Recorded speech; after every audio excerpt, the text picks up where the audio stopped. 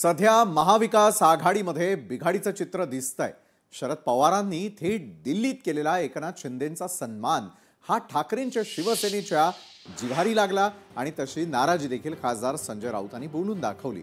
तर गेल्या काही दिवसांपासून शिंदेंच्या नेत्यांपासून सातत्यानं ऑपरेशन टायगरचा उल्लेख केला जातोय। आधीच ठाकरेंचे अर्ध्यापेक्षा जास्त खासदार आणि आमदार सोबत घेऊन एकनाथ शिंदेंनी बंड पुकारलं आणि शिवसेना पक्ष आणि चिन्ह आपल्या पदरात पाडून घेतलं। इतक्यावरच न थांबता उद्धव ठाकरेंकडे जे काही उरलं सुरले आमदार आणि खासदार आहेत तेही आपल्या पक्षामध्ये ओढण्यासाठी शिंदेंच्या शिवसेनेची लगबग सुरू दिसतीये। कोकणामधील उद्धव ठाकरेंचे निष्ठावंत राजन साळवींनाही शिंदेंनी आपल्या गळाला लावलं।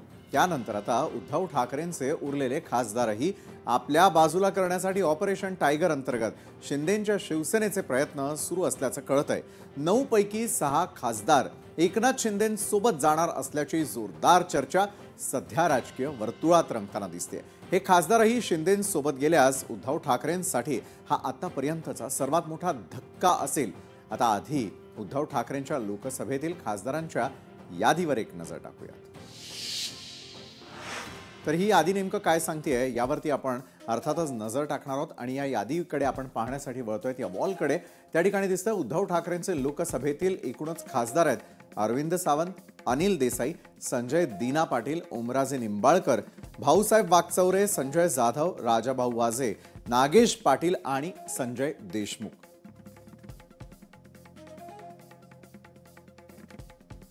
तर एकंदरीतच ही संपूर्ण यादी जी आपल्या वॉलवरती होती ती यादी पाहिल्यानंतर गेल्या काही दिवसांमधील घडामोडींचा देखील आढावा आपण घेऊयात।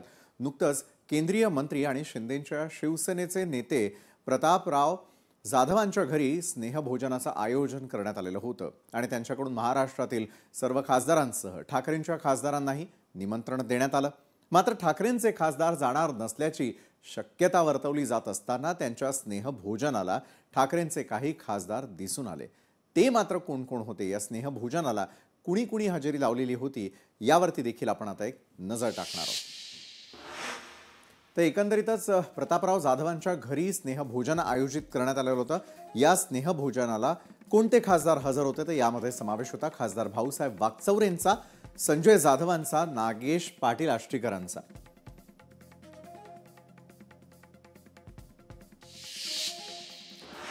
तर एकंदरीतच स्नेहभोजनामध्ये कोण कोण उपस्थित होतं याची यादी तर आपण पाहिली।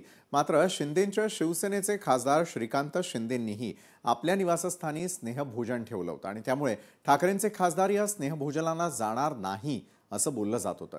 मात्र त्यांच्या घरी उद्धव ठाकरेंचा एक खासदार गेल्याची जोरदार चर्चा आहे।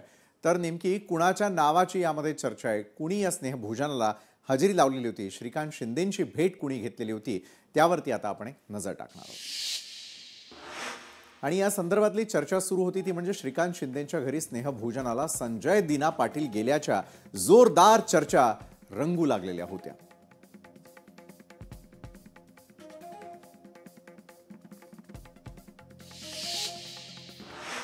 तर संजय दीना पाटील श्रीकांत शिंदेंच्या घरी स्नेहभोजनाला गेल्याची माहिती सूत्रांनी दिली असली तरी देखील ते उपमुख्यमंत्री एकनाथ शिंदेंच्या सन्मान सोहळ्यातही दिसून आले। त्यामुळे तर्कवितर्क लढवण्यास सुरुवात झाली, कारण नुकतीच ठाकरेंच्या खासदारांची बैठक बोलावण्यात आलेली होती आणि या बैठकीला संजय दीना पाटील गैरहजर होते आणि त्यानंतर ठाकरेंच्या सर्व खासदारांनी घेतलेल्या पत्रकार परिषदेतही ते अनुपस्थित होते। त्यामुळे चर्चांना उधाण आलं होतं। एकीकडे उद्धव ठाकरे हे एकनाथ शिंदेंना जोरदार विरोध करत असताना दिसत असलं तरी देखील दुसरीकडे मात्र त्यांचे खासदार आपापले संबंध चांगले ठेवण्याच्या प्रयत्नात असल्याचंही एका बाजूला हे चित्र आहे।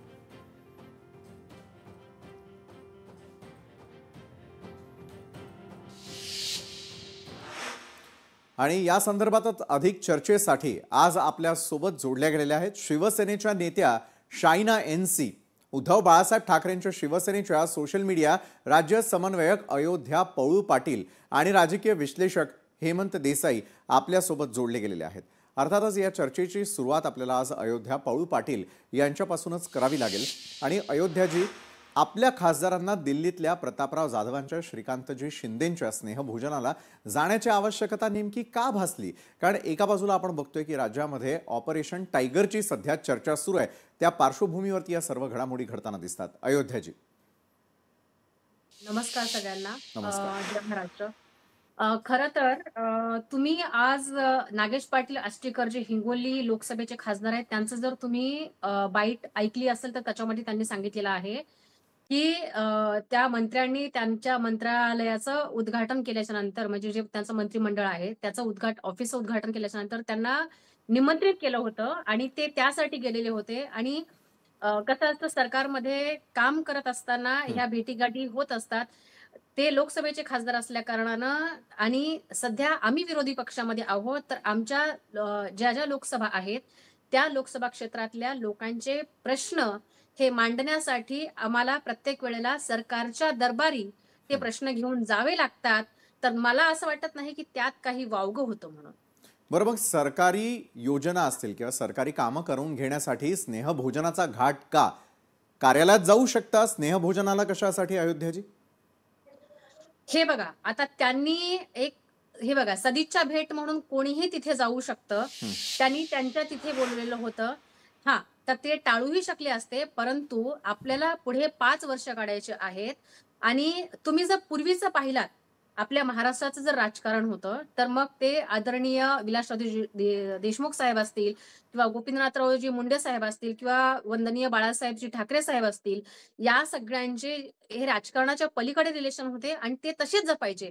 परंतु आज या मागच्या 10 वर्षामध्ये ज्या पद्धतीनं राजकारणाचा चिखल केला गेलेला आहे, तेव्हा जेव्हा 2 लोकप्रतिनिधी वेगवेगळ्या पक्षाचे किंवा एक विरोधामध्ये आणि एक सत्तेमध्ये असतो, जेव्हा ते एकमेकांना भेटतात त्याचं एक असं गलिच्छ काहीतरी पुढे त्याला राजकारणाचा एक भाग म्हणून त्याला पुढे नेहमीच आणलं जातं आणि हे दुर्दैव आहे कुठेतरी असं मला वाटतंय. बरोबर आहे. शायना एनसीजी देखील आपल्यासोबत या क्षणाला जोडल्या गेलेल्या आहेत. शायना एनसीजी, पुढचा प्रश्न अर्थात आपल्यासाठी आहे. शायनाची ऑपरेशन टायगरची चर्चा सुरू आहे. जर ते केलं जात असेल, तर त्याची आता आपल्या सेनेला का आवश्यकता भासली? शिवसेना हे सगळं का घडवून आणतीये? बघा हे मीडियाच म्हणतात काय हं. ऑपरेशन नाही बरं. आणि मला नाही वाटते की स्पेक्युलेशन करायची गरज आहे. हं. पब्लिक डोमेन मध्ये हे स्पष्टीकरण नक्कीच आहे की आदरणीय एकनाथजी शिंदे आणि शिवसेना एक पार्टी म्हणून बाळासाहेब ठाकरेचा विचारधारा घेऊन आम्ही हं. पुढे चालले आणि खूपच लोक रोज तुम्ही बघतात की पक्ष प्रवेश आहे, लोकांना एक संधी पण आणि लोकांना प्रेरणा पण भेटते आदरणीय एकनाथजी शिंदेच नेतृत्वामध्ये. तर मला वाटते की हेच आहे आमची एक संतुष्टी आणि त्याप्रमाणे आम्ही काम करत जाऊ महाराष्ट्रासाठी. बरं, तुम्ही म्हणताय काम करण्यासाठी आणि प्रेरणा मिळते एकनाथजी शिंदे यांच्याकडून. मात्र हेमंतजी, या सर्व राजकीय घडामोडींचा अन्वय अर्थ नेमका काय काढायचा? कारण संबंधित पक्षांच्या नेत्यांनी आपापली बाजू मांडण्याचा प्रयत्न केला, मात्र राज्याच्या राजकारणातील या घडामोडी, एका बाजूला प्रेरणेचं नाव त्याला दिलं जात आहे की ही राजकीय अपरिहार्यता आहे. हेमंतजी. मुद्दा असा आहे की आता शिवसेना म्हणजे उद्धव ठाकरे यांच्या शिवसेनेला अतिशय वाईट दिवस, प्रतिकूल काळ आहे. हं. एखादं जहाज मी डुबतंय असं म्हणत नाही, पण खाली खाली जायला लागलं तर त्याच्यातनं उंदीर पटापट पळायला लागतात. हं. त्याप्रमाणे ही स्थिती आहे.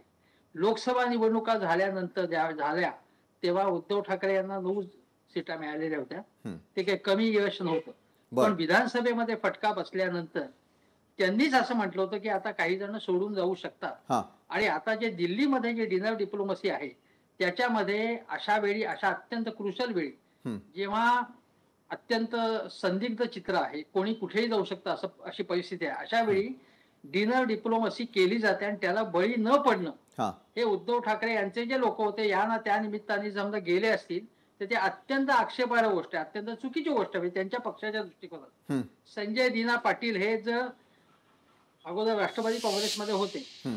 शरद पवारांच्या संबंधातून तिथे गेले असले तर शेवटी आपला पक्ष कुठला आहे, आपल्या पक्षाची निष्ठा काय आहे हे आपण बघितलं पाहिजे. आणि ते तिथे गेले हे अत्यंत आक्षेपार्ह गोष्ट आहे. आणि आज आदित्य ठाकरे म्हणाले सुद्धा की परवानगी घ्या आणि मग जा. काही खासदारांना तिथे आवडलं नसेल, हं. पण हे सांगायची पाळी आदित्य ठाकरेंवरती, दिल्लीला जाण्याची पाळी आली, सांगण्याची पाळी आली, त्यांच्यावरती एक मानसिक दबाव आणणं हे त्यांना करावं लागलं, कारण प्रतिकूल हां. काळ आहे आणि जाण्यात काहीच हरकत नाही. त्यांना पक्ष आणि आपलं वाचवायचं आहे, खासदार आपल्याकडे टिकवायचे हं. आणि ही गोष्ट आहे. आता याच्यामध्ये एकनाथ शिंदे यांचे विचार, राजन साळवी यांना विधानसभा निवडणुकीचे निकाल लागल्यानंतर इतक्या दिवसांनी अचानक एकनाथ शिंदे हे महान नेते आहेत असा साक्षात्कार झाला का? इतके दिवस काय ते झोपले होते का? ते याचा उघड अर्थ आहे की एसीबीची चौकशी चालू होती. वैभव नाईकांची तशी चौकशी चालू आहे. ते उघड दर्पण आणून धमक्या देऊन ब्लॅकमेलिंगनी हे पळवलं जात आहे आणि हे घाबरलेले आहेत. कसला ढाणे वाघ राजन साळवी? उद्धव ठाकरेंकडे जेव्हा होते तेव्हा ते ढाणे वाघ नव्हते, तेव्हा शेळी होते आणि आपल्याकडे आले होते ढाणे वाघ. आणि एसीबीचं पूर्णपणे गन पॉईंट वरती तुम्ही आणताय ना, काय कसला बाळासाहेबांचा विचारचा काही संबंध नाहीचा. हे केवळ सत्ता बरोबर आहे. यंत्रणांचा वापर असा हेमंतजी आपण यावेळेला म्हणताना दिसतंय. मला वाटतं शायना एनसी यावरती निश्चितच बोलतील. शायनाजी, ढाण्यावाग असा उल्लेख केला जातो, मात्र राजकीय अपरिहार्यतेमुळे या सर्व नेते मंडळींना तुमच्या बरोबर यावं लागतंय का? तुमची साथ द्यावी लागते का? शायनाजी, बघा, मी तुम्हाला एक वेगळाच प्रश्न विचारते की साल्वीजी इतकी वर्ष होते उद्धव ठाकरे साहेबांसोबत, त्यांना पण आमचे पक्ष मध्ये आज प्रवेश घेऊन इतकी लोक त्यांना सपोर्ट करून ते आले, त्याचा मतलब आणि त्याचा एक तुम्ही निर्णय घेतलं की इतकी वेळच्या नंतर इतकी सोचून समजून एक जुने कार्यकर्ता ते पक्षाला सोडतात आणि एकनाथजी शिंदे सोबत येतात, त्याचा मतलब काय? मतलब हेच आहे की प्रेरणा सूत्र आणि जे तुम्हाला राजनैतिक इच्छाशक्ती आमच्या महाराष्ट्रामध्ये दिसते ते आहे शिवसेनामध्ये, शिंदे सेनामध्ये आणि उभाटा सेनामध्ये काहीच नाही. नेतृत्वाला सोडून तुम्ही बघितलं तर नेतागण पण नाही भेटत, पक्ष पण नाही वाढवत आणि जे तुम्हाला फक्त हे सत्ताचं मोहमायासाठी करायचं होतं तर तुम्ही कधी पण येऊ शकते. आदरणीय साल्वीजीने इतकी वेळ घेऊन सोचून समजून आता हे निर्णय घेतलं आणि कदाचित तुम्ही एक जॉब मध्ये आहे आणि समजा ते जॉब मध्ये तुम्हाला तुमचं मालिक नाही आवडत की तुम्हाला तिथे परिस्थिती नाही आवडत, तर हे व्यक्तिगत निर्णय असतो ना आणि ते निर्णय घेतलं. जे लोकांनी हिंदू हृदय सम्राट आदरणीय बाळासाहेब ठाकरेचा विचारधाराला डब्बेमध्ये टाकले, ते लोक आम्हाला मोठी प्रचार नाही करू देणार. तुम्ही संजय राऊतला पण बघा, नेहमीच सकाळी सकाळी बडबड. मला वाटते की मानसिक संतुलन ते पक्षचे गेले आणि आता प्रगतीसाठी आणि महाराष्ट्रासाठी काय करायचंय तर आदरणीय एकनाथजी शिंदेच्या नेतृत्वामध्ये. बरं, तुम्ही समर्थन करताय घडल्या प्रकारचं. हेमंतजी, मी आपल्याकडे येईलच, मात्र अयोध्याजी, मला तुमच्याकडून हे उत्तर अपेक्षित आहे की राजन साळवींबरोबर असं काय झालं की त्यांना हा निर्णय घ्यावा लागला? एका बाजूला शायना एनसीजी म्हणतायत की त्यांना त्या ठिकाणी योग्य ती संधी मिळाली नाही आणि आता महाराष्ट्राच्या विकासासाठी त्यांना त्यांची साथ द्यावी लागते, मात्र योग्य तो मान सन्मान राखण्यामध्ये उद्धव बाळासाहेब ठाकरेंची शिवसेना कुठेतरी कमी पडली का? अयोध्याजी, याचा तुम्ही विचार करणार आहात का? विचार मंथन करणार आहात का? अर्थातच जेव्हा शायना ताई म्हणतात की नेतृत्व करण्यासाठी आणि त्या सगळ्यात त्यांचं महत्वाचं वाक्य त्या असं त्याच्यावरती जोर देऊन म्हणतात की बाळासाहेब ठाकरे यांचे विचार उद्धवजींनी किंवा त्यांच्या नेतृत्वाने हे केले म्हणून, तर माझा तुमच्या माध्यमातून शिंदे सेनेला आणि तमाम महाराष्ट्रातल्या आणि देशातल्या लोकांना एक प्रश्न विचारायचा आहे तुमच्या माध्यमातून की आदरणीय उद्धव साहेबांनी बाळासाहेब ठाकरे यांचे विचार सोडले म्हणजे नेमकं काय केलं? कधीच वंदनीय हिंदू हृदय सम्राट बाळासाहेब ठाकरे यांनी सांगितलं नव्हतं की दुसऱ्याचा पक्ष फोडा. कधीच वंदनीय बाळासाहेब ठाकरे यांनी सांगितलं नव्हतं की तुम्ही दुसऱ्याचं चिन्ह चोरा, दुसऱ्याचे आमदार चोरा. कधी सांगितलेलं नव्हतं. तुम्ही बाळासाहेब ठाकरे यांचे विचार पुढे घेऊन जातो असं म्हणताय म्हणजे नेमकं एवढीच जर तुमच्यामध्ये, मी कधीही राज ठाकरे साहेबांचं कधीच म्हणजे मी कुठल्याच बाबतीमध्ये मी कौतुक करत नाही, परंतु एका गोष्टीत मी त्यांचं नेहमी कौतुक करते. ते जेव्हा शिवसेनेपासून वेगळे झाले त्यावेळेला त्यांनी स्वतःचा वेगळा पक्ष काढला आणि स्वतःचं नेतृत्व त्यांनी स्वतः उभं केलं. भले त्याच्यामध्ये ते सक्सेस झाले असतील, नाही झाले असतील, तो वेगळा भाग आहे, परंतु त्यांनी असे इतरांचे आमदार पळून नेणं हे तेही करू शकले असते, परंतु त्यांनी केलं नाही का? कारण त्यांच्यावर त्यांना स्वतःला माहिती होतं की मी हे सगळं करू शकतो. तसं मग एकनाथ शिंदेनी जर त्यांना जायचंच होतं एवढं, आणि सगळे काय म्हणतात, सगळ्यात महत्वाचा प्रश्न हा नेहमी वारंवार म्हटला जातोय मागच्या 2, 2.5, 3 वर्षापासून की बाळासाहेब ठाकरे यांच्या विचारांना हे केलं, वेगळं केलं, बाजूला केलं, ते केलं आणि काँग्रेसला जवळ घेतलं. तर मग मला सांगा, हेच जे वंदनीय हिंदू हृदय सम्राट बाळासाहेब ठाकरे होते त्यांनीही वेळोवेळी काँग्रेसला सुद्धा मदत केलेली होती. जेव्हा प्रतिभाताई पाटील यांना ज्यावेळेस राष्ट्रपती करायचं होतं त्यावेळेला सुद्धा त्यांनी वंदनीय हिंदू हृदय सम्राट बाळासाहेब ठाकरे यांनी साथ दिलेली होती.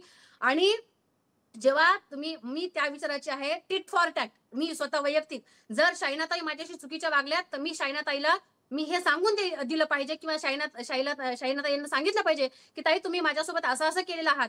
परंतु जेव्हा तुम्ही युती सोबत होते, निवडणुकासोबत लढवल्या जातात आणि प्रत्येक भाषणामध्ये सुद्धा म्हटलं जातं की आमचं हे अर्ध सगळं ठरवलेलं आहे. त्यावेळेला काय केलं जातं की आम्हाला म्हणजेच वंदनीय हिंदू हृदय सम्राट बाळासाहेब ठाकरे यांच्या पक्षाला आणि त्यांच्या मुलाला म्हणजे पाठीमध्ये खंजीर खुपसल्यासारखं की नाही नाही नाही आमचं असं कधी काही ठरलंच नव्हतं, बंद दरवाढावर काही चर्चा झालीच नव्हती.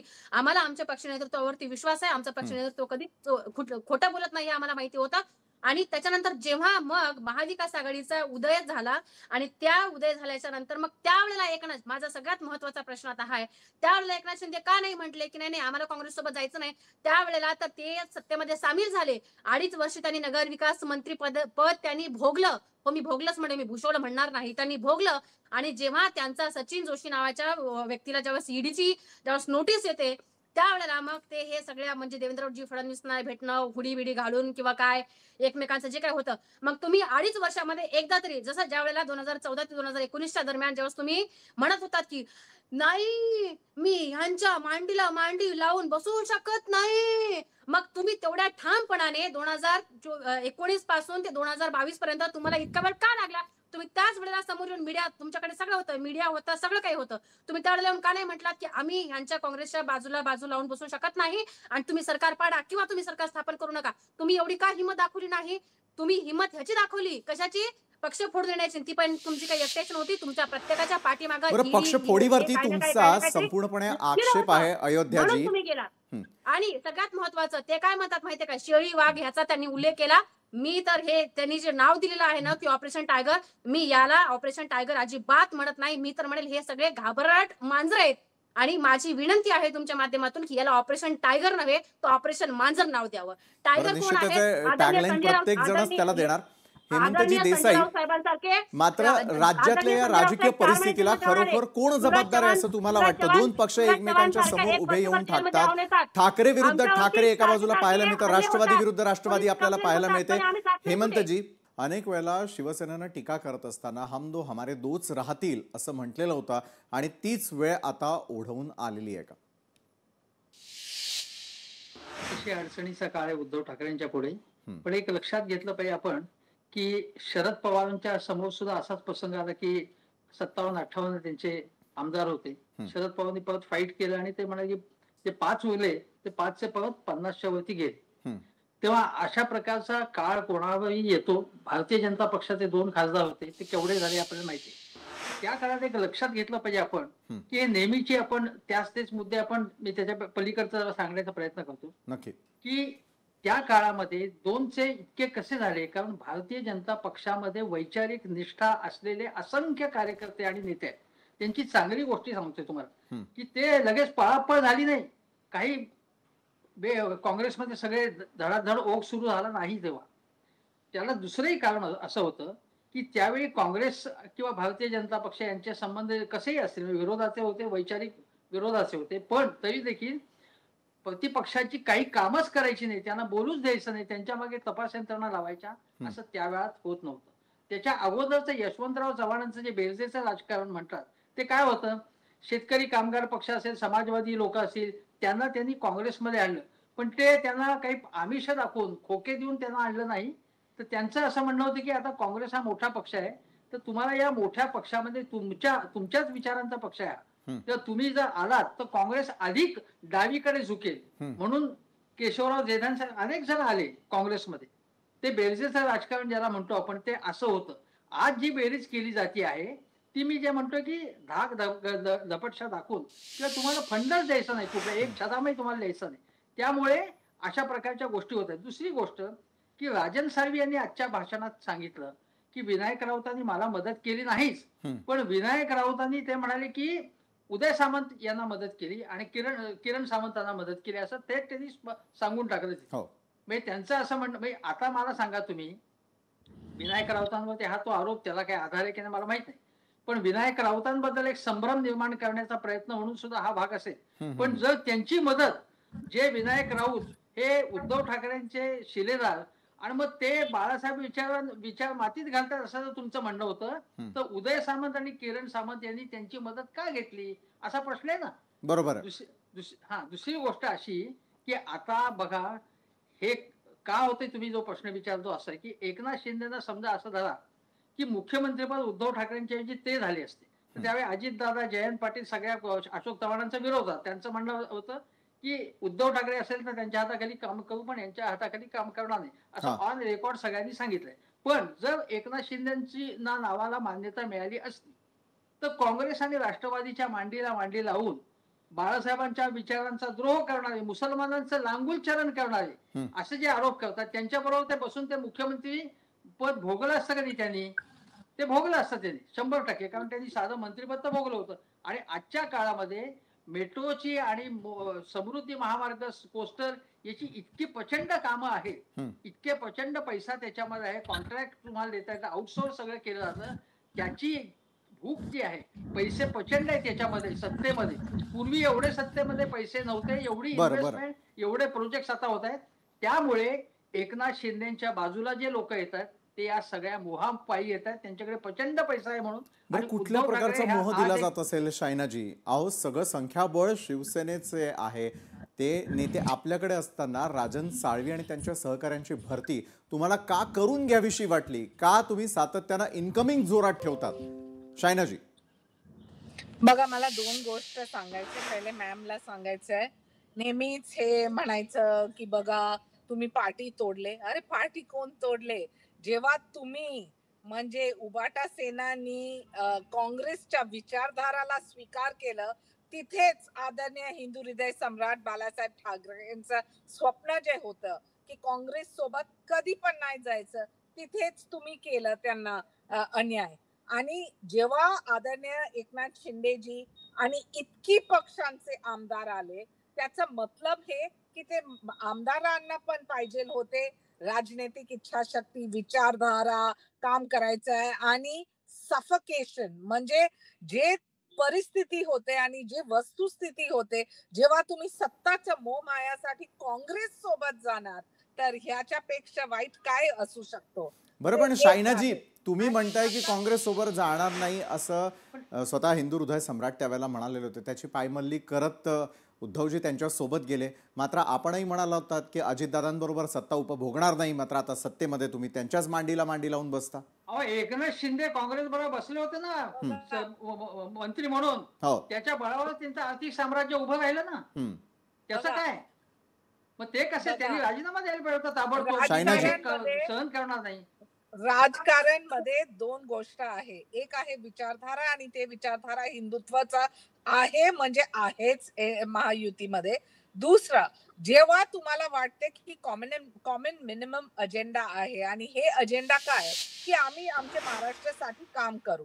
जेव्हा एकनाथ शिंदेजी होते मुख्यमंत्री, लाडकी बहिणा योजना, जिथे 1.5 करोड महिलांना 7,500 त्यांच्या बँक अकाउंट मध्ये, युवासाठी internship schemes, pension schemes senior citizen साठी, कृषी क्षेत्रामध्ये आम्हाला माहिती आहे MSP ला घेऊन, आणि जितकी प्रयास केलं की फार्मर्सला एम्बेट मध्ये घ्या, लाभार्थीसाठी काम करायचं, हे आहे अजेंडा. आणि हे अजेंडा सोबत आहे विचारधारा, जी विचारधारा आहे हिंदू हृदय सम्राट आदरणीय बाळासाहेब ठाकरेंचा हिंदुत्व. आता तुम्ही साळवी साहेबांचं उल्लेख केलं, जे सफोकेशन होते ना, जिथे तुम्हाला माहिती आहे तुमचे नेतागण तुम्हाला ऐकतात नाही, कर्तव्याचं पालन नाही, विचारधारा तर विसरलेच, आणि सत्ताच जे गोष्ट तुम्ही सांगतात ते तुम्हाला आठवण मी देते, जेव्हा उद्धव ठाकरेंनी मुख्यमंत्रीचं पद घेतलं आणि काँग्रेस आणि NCP सोबत एकत्र जाऊन तिथे बसलं फक्त सत्तासाठी. तर मोठे मोठे गोष्ट भ्रष्टाचारवरती मी नाही म्हणणार, अयोध्याजी येतो आपल्याकडे, कोविड मध्ये काय झाले, परंतु जेव्हा एक पूर्ण मंडळी आले एकनाथजी शिंदे सोबत आणि बघितलं त्यांचं काम आणि कामच्या संदर्भ, काय एक प्रश्नचिन्ह आहे. आज सकाळी संजय राऊत काय बडबड करतात, एक इतकी मोठं राष्ट्र गर्व भेटते, एक सन्मान भेटते दिल्लीमध्ये. महादी शिंदेनी जे संकल्प घेतलं मराठी माणूससाठी, मराठी अस्मितासाठी, तिथे तुम्ही सांगतात की हे विकाऊ आहे, हे सन्मान विकाऊ आहे. अरे किती ईर्ष्या, किती जलन आणि किती त्रास होते तुम्हाला. आणि मला नाही वाटते हे ऑपरेशन ची गरज आहे. बर असंच लोक येणार, असंच कार्यकर्ता येणार आणि असंच शिवसेना शिंदे सेना मोठच होणार महाराष्ट्रामध्ये. अयोध्याजी, म्हणजे कुठेतरी आता ती शिवसेना कमी होणार उद्धव बाळासाहेब ठाकरेंची आणि आमची शिवसेना वाढेल असा विश्वास ते यावेळेला व्यक्त करतायत. अयोध्याजी, हे बघा, शिवसेना हा एक विचार आहे जो आदरणीय हिंदू हृदय सम्राट वंदनीय बाळासाहेब ठाकरे यांनी माझ्या जन्माच्या आधीपासून, माझी आई माझे बाबा शिवसैनिक आहेत अशा कित्येक लोकांच्या मनामध्ये आणि ज्या शिवसैनिकांच्या मनात विचार निर्माण करून दिलेला आहे, तर ज्यांच्या पोटी आम्ही जन्म घेतलेला आहे, वयाचं 35 वर्ष आहे, आम्ही मागच्या 35 वर्षापासून शिवसेना म्हणून एक विचार म्हणून आम्ही जगतोय. तर शिवसेना संपण्याचा हा एक हेच नाही. शिवसेना जे सगळे गेले, जे नेहमी आमचे पक्षप्रमुख म्हणतात जे गेले ते कावळे आहेत ते मावळे म्हणून, शिवसेना ही सुरुवातीपासूनच नेते बनवण्याची फॅक्टरी आहे. मगाशी शायनाताई एक म्हणत होत्या, आणि हे बघा, जे गेले त्याच्याने अजिबात उद्धव साहेबांना फरक पडलेला नाही. कारण उद्धव साहेबांना माहिती आहे की संजय राऊत साहेबांसारखे, सूरज चव्हाण सारखे, अयोध्या सारखे माझ्यावरती 9 FIR दाखल झाल्या, माझा जॉब घालवला, माझ्यावरती घरात येऊन, माझ्यावरती बाहेर, माझ्यावरती हल्ले केले, तरी आम्ही शिवसेना सोडून गेलो. का? कारण तर आम्हाला माहिती आहे की हीच खरी शिवसेना आहे आणि आमचा सेनापती हा उद्धव बाळासाहेब ठाकरे हे आहेत. तर आम्ही आमच्या सेनापतींना सोडून पण हे अयोध्याजी, सैन्य कुठे हेच करणार नेते नाही. मंडळी तुमच्या बरोबर असतात त्यावेळेला टीका होत नाही, त्यांनी साथ सोडली की मग अनेक गोष्टी समोर येतात. त्याच वेळेला आपल्या नेत्यांबाबत अशी दुटप्पी भूमिका म्हणायची का? नाही नाही, दुटप्पी कशाची? आम्ही जेव्हा आता हे काय म्हणतात, आज काय म्हटलं हे की वाघ इकडे आला म्हणून, जर तुम्हाला खरंच त्यांच्याबद्दल काही वाटत होतं तर ज्या वेळेला ही चौकशी सुरू केली होती त्यांच्यावरती, तर जेव्हा हिंदू हृदय सम्राट वंदनीय बाळासाहेब ठाकरे यांच्या खुर्चीचं मोल लावलं होतं, त्यावेळेला एकनाथ शिंदे यांनी का नाही म्हटले की जरी तिकडचा जरी असला तरी तो बाळासाहेब ठाकरे यांचा वाघ आहे, तुम्ही त्यांच्या खुर्चीचं कसं काय मोल केलं म्हणून. आणि राहिला प्रश्न आम्ही टीका टिप्पणी करण्याचा, तर जेव्हा सिकडं होतो बघा तुम्ही, आम्ही सुद्धा, आणि आजही त्यांच्यावरती कोणी टीका टिप्पणी केली नाही. आज ते गेलेत, ते स्वतःच्या स्वार्थासाठी गेलेले आहेत. जर त्यांना वाटत असतं की माझा याच्यामध्ये स्वार्थ नाही, तर त्यांनी सरळ की त्यांना तिकीट देऊन सुद्धा, तिकीट मिळायच्या अगोदरपासूनच जेव्हा त्यांच्यावरती चौकशा लागल्या होत्या तेव्हाच यांचं उद्धव साहेबांनी तिकीट नाकारायला पाहिजे होतं, परंतु नाकारला का? तर नाही. का? कारण तर आदरणीय बाळासाहेब ठाकरे यांचा शिलेदार आहे म्हणून त्यांना तिकीट दिलं. तिकीट दिल्याच्या नंतर त्यांचं काम केलं आणि आता ते तिकडे जाऊन कोणावरती, विनायक राऊत साहेबांवरती आरोप करतात. मागच्या इलेक्शनच्या वेळेला सुद्धा विनायक राऊत साहेबांनी यांचं काम केलं, यांना निवडून आणलं.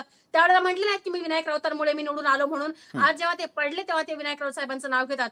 मग मला एक गोष्ट म्हणायची आहे इथे, जेव्हा तुम्ही इकडे होता तर तुम्ही इकडे असताना का तुम्ही विनायक राऊत साहेबांबद्दल काही बोलला नाही? तुम्ही तिकडे गेलातच जाणार. आमच्या मराठवाड्यामध्ये एक म्हण आहे, नी नांदीला 12 बुद्ध्या, म्हणजे जिला संसार, जिला नांदायचं नाही तिला अनेक कारण असतात. माझी सासू चांगलं नाही, माझा नवरा चांगला नाही, माझी नणंद चांगली नाही, असं म्हणायचं आणि जायचं, माहेरी जायचं आणि मग वाटेल त्या सासवडीच्या लोकांचं म्हणजे हे करायचं. तसंच शिंदे गटामध्ये जाणाऱ्या प्रत्येकाचं झालेलं आहे आणि हे स्वतःला सांगतात की आम्ही यांचे विचार घेऊन पुढे जातोय म्हणून. मग जसं मगाशी हेमंत सर म्हटले, ज्या वेळेला 2.5 वर्ष तुम्ही काँग्रेसच्या मांडी लावून बसलात, त्यावेळेला तुम्हाला वाटलं नाही का की आम्ही कुठेतरी बाळासाहेब ठाकरे यांच्या विचारांना आम्ही बाजूला करतोय? नाही नाही, उद्धव साहेब तुम्ही राजीनामा द्या बरं, आम्ही काँग्रेससोबत जाऊ शकत नाही, आम्ही काँग्रेससोबत बसू शकत नाही, हे बोलायची एकनाथ शिंदेनी हिंमत केली का? तर नाही केली. का? कारण तर त्यांना मलिदा खायला मिळत होता, त्यामुळे ते तिचं झालंय. मगाशी शायनाताई म्हटल्या की आम्ही असं केलं, आम्ही तसं केलं, लाडली बहीण केला.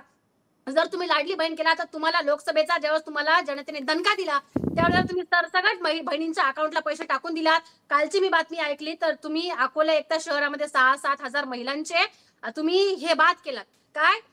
ते फॉर्म बाद केलात. जेव्हा तुम्हाला पैसे द्यायचे होते लोकांना, तुम्ही असे सरळ तर देऊ शकत नव्हतात. मग तुम्ही असे बहिणींच्या अकाउंटला पैसे टाकून तुम्ही मतदान घेतलं. घेतल्याच्या नंतर तुमचं काय होतं की जसं आमचं सरकार येईल तसं बहिणींच्या अकाउंटमध्ये 1500 नाही तर 2100 रुपये देणार. तर तुम्ही दिलात का? जेव्हा उद्धव ठाकरे साहेब मुख्यमंत्री झाले त्यांनी त्यांच्या वचननाम्यामध्ये सांगितलं होतं की माझं सरकार येताच मी शेतकऱ्यांचा 7/12 कोरा करेल. तो त्यांनी सरसकट 2 लाखापर्यंत शेतकऱ्यांचं कर्ज माफ केलं. तुमचं सरकार जेव्हा तुम्ही काय म्हटलं तर तुमच्या याच्यामध्ये की आम्ही शेतकऱ्यांचं कर्ज माफ करू, 2 महिने झाले, 70 दिवस व्हायला लागलेत की आज तुमचं सरकार येऊन तर तुम्हाला तुमच्यातच आम्हाला हे जिल्हा पाहिजे, आम्हाला ते पाहिजे, त्याच्यातच तुमचं सरण झालंय. याच्यामध्ये वाल्मिक कराड सारखे, सोमनाथ सोमवंशी सारखे, संतोष देशमुख सारखे जे प्रकरण बाहेर येतात, दिवसाढवळ्या कोणावरती तरी हल्ला होतो, दिवसाढवळ्या कोयता गँग होते, दिवसाढवळ्या पोलिसांवरती अत्याचार होतात, त्याच्याबद्दल कोणीच काही बोलत नाही. का अयोध्याजी, पक्षकार आपला दिला पाहिजे असतो. सर्व याच्याबद्दल अनुषंगानं ही तुम्ही चर्चा या- सुरूच या- राहणार आहे. या- मात्र या- फरक या- एवढासाच या- दिसतो या- की ऐका- शिवसेनेमध्ये ऐका- असताना इकडचे की तिकडचे, इकडे आड तिकडे विहीर, अशी आता या शिवसैनिकांची अवस्था कुठेतरी झालेली आहे का, हा प्रश्न आहे. आणि याचं उत्तर हेमंत देसाई यांच्याकडून मी घेणार आहे. कारण यापूर्वी जे गेले ते कावळे आणि जे आहेत ते मावळे असं म्हटलं जातं, तर दुसरीकडे वाळवी लागली म्हणून साळवी आपल्याकडे आले, अशी यमक जुळवल्यानं कोणती शिवसेना नेमकी मोठी होणार आहे, कुठल्या प्रकारचं राजकारण सगळ्या महाराष्ट्राला पाहायला मिळणार आहे, तुम्ही इकडचे की तिकडचे, आणि मग होणारी टीका टिप्पणी आणि यमक जुळवलं जातं, यानं शिवसेनेचं कितपत भलं होणार आहे, शिवसैनिकांचं कितपत भलं होणार आहे, की मग राजकीय अपरिहार्यतेमुळे कुठेतरी काही महत्त्वपूर्ण निर्णय घेतले जातात आणि मग मलिदा यानं लाटला की त्यानं लाटला, या अनुषंगानं आपल्याला चर्चा कराव्या लागतात. हेमंतजी. हा बघा, जेव्हा बाळासाहेब होते तेव्हा छगन भुजबळ, गणेश नाईक, नारायण राणे आणि राज ठाकरे हे मोठे जे नेते होते शिवसेनेचे ते बाहेर पडले. हा. पण सुरुवातीच्या काळामध्ये छगन भुजबळांच्या वेळी शिवसेनाचा म्हणजे बाळासाहेबांची दरारा होता मोठा, ताकद जास्त होती आणि एक प्रकारची शिवसेनेची दहशत सुद्धा होती. उद्धव ठाकरे यांच्या काळामध्ये उद्धव ठाकरेंचं संपूर्ण राजकारण वेगळं आहे, ते मवाळ राजकारण आहे. तेव्हा त्यांनी त्यांच्या काळामध्ये किंवा आदित्य ठाकरेंच्या काळामध्ये किती जण बाहेर गेले तर त्यांना हाणा मारा किंवा अशा प्रकारचं काही झालेलं नाही आणि होणार सुद्धा नाही तसं.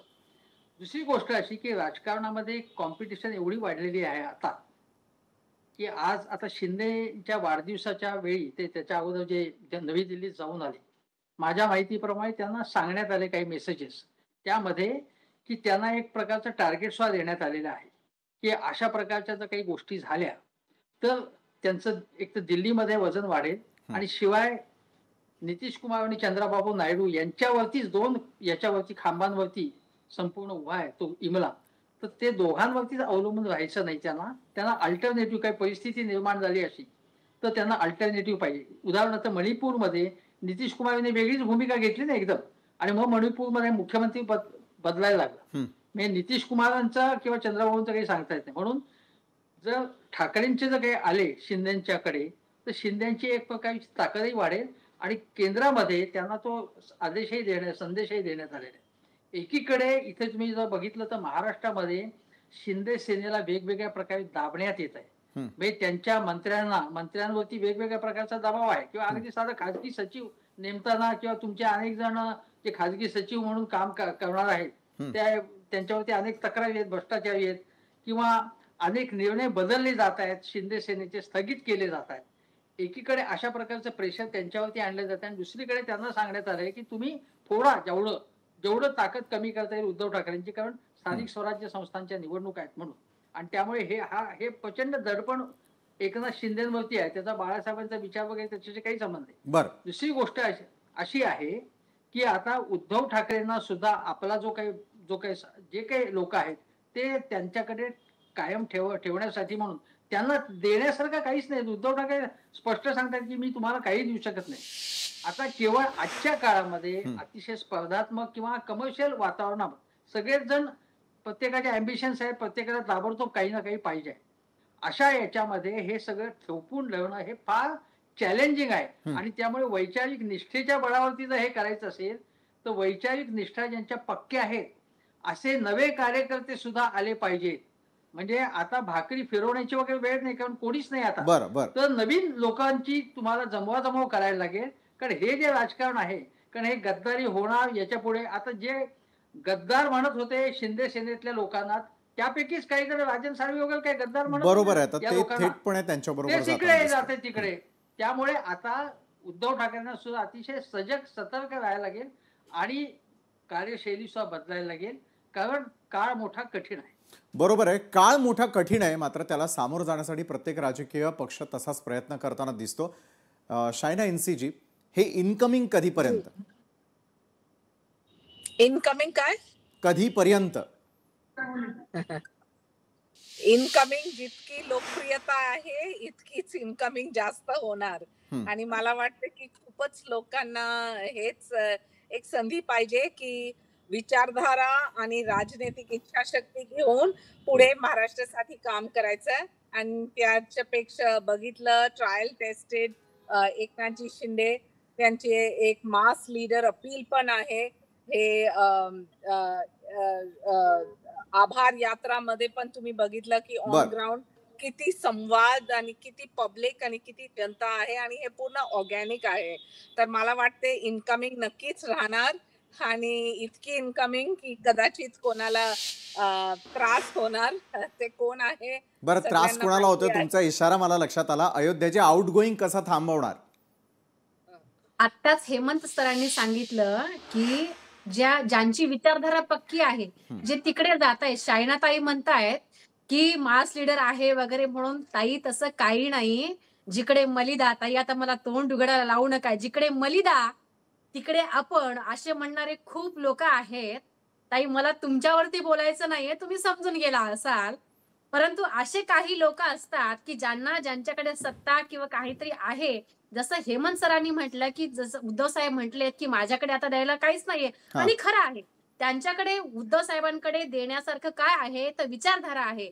आणि तीच विचारधारा जी आता हेमंत सरांनी सांगितलं, आमची स्ट्रॉंग विचारधारा आहे म्हणून आम्ही इकडे आहोत. आज गद्दार गद्दार म्हणायचं, आज गद्दार गद्दार म्हणायचं आणि उद्या तिकडे जाऊन त्यांच्याच गटामध्ये सामील व्हायचं.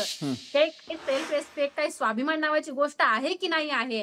आणि जसं मी मगाशी म्हणाले की शिवसेना ही नेते तयार करायची एक फॅक्टरी आहे. आज महाराष्ट्रामध्ये जर तुम्ही पाहत असाल तर बरं, सगळ्यात पण जास्त जे सगळे नेते आहेत ते शिवसेनेतूनच घडलेले आहेत. आणि उद्धव साहेब माझ्यासारख्या सामान्य खेड्यागावातल्या, जिकडे टॉयलेटही नाही आजच्या घडीला, तर अशा मुलीला ज्यावेळेला तुमच्या चॅनलच्या मार्फत येऊन बोलण्याची संधी देतात, म्हणजे आम्हाला जसं तयार करतायत, तर हे कुठल्याच पक्षात होत नाही. हे फक्त शिवसेना, उद्धव बाळासाहेब ठाकरे आणि आदरणीय उद्धव बाळासाहेब ठाकरे साहेबांच्या नेतृत्वामध्येच बरं, होतं. प्रत्येक जण आणि आपापल्या पक्षाची बाजू घेणारच. मात्र राज्यातल्या राजकारणात काय सुरू आहे हे मतदारही फार बारकाईनं पाहतायत.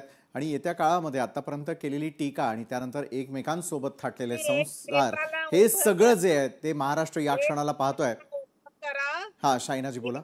एक नेत्यांना उभा करा आणि मी माझं पूर्ण वक्तव्य बंद करते. एक नेता सुद्धा नाही. आणि नेताला सोडा.